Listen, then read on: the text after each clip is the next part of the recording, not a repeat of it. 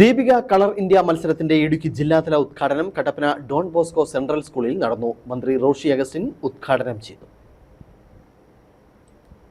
ഇന്ത്യയിൽ ഉടനീളം 10 ലക്ഷത്തോളം കുട്ടികൾ പങ്കെടുക്കുന്ന മത്സരമാണ് കളർ ഇന്ത്യ.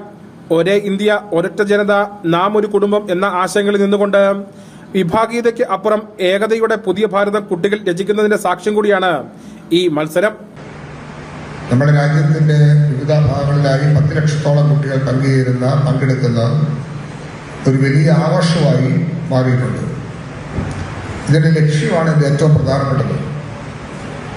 ദീപിക ഈ മത്സരം നടത്തുമ്പോൾ ദേശസ്നേഹത്തെക്കുറിച്ച് കുട്ടികളിൽ നല്ല ബോധ്യം മനസ്സിൽ രൂപപ്പെടുന്നതിനുള്ള അവസരം രൂപപ്പെടുത്തുകയാണ്.